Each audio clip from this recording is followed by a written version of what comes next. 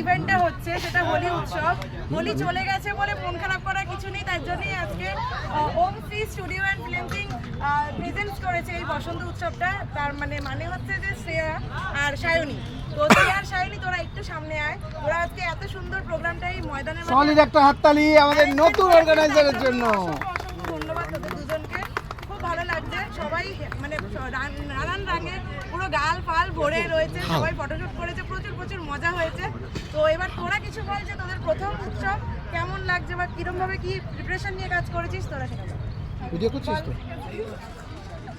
আমার ডাকা যে তোমরা সবাই এসো এর জন্য আমি অনেক তোমাদের কাছে ঋণী। আর আমার পাশে এভাবেই থেকো তোমরা সবসময়, আমার ডাকে যেন সবাইকে একসাথে পাই। আজকে আমি প্রথমবার এবছর আমার বসন্ত উৎসব শুরু করলাম, আশা করি তোমাদের পাশে প্রত্যেকটা বছর পাবো। আর থ্যাংক ইউ সো মাচ।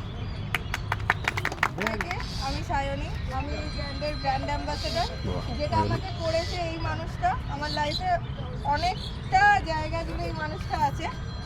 তো যাই হোক, আমাদের এটা প্রথম বছর বসন্ত উৎসব, তো আগামী দিনেও যেন করতে পারি সেই আশীর্বাদটাই তোমরা সবাই করো, আর সবাই এভাবেই পাশে।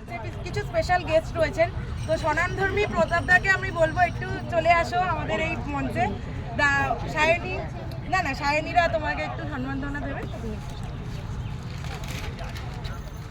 উপস্থিত আছেন যে কিনা নানান রঙে রঙিন হয়ে ড্রেস আপ করে চলে এসেছে। হ্যাঁ, সে হচ্ছে রানাঘাটের প্রসেন তেওয়ারি। চলে আসো একটু, একটু চলে আসুন দাদা, আপনার লাইনে একটু দাঁড়িয়ে। সায়নীরা একটু আপনাকে সম্বর্ধনা দেবে, ভিক্টোরিয়া করাবে আমাদের তিয়াশা ম্যাডাম। বাহ, ইনিও রঙিন। আচ্ছা একটু তাকাও ক্যামেরার দিকে সবাই। হ্যাঁ।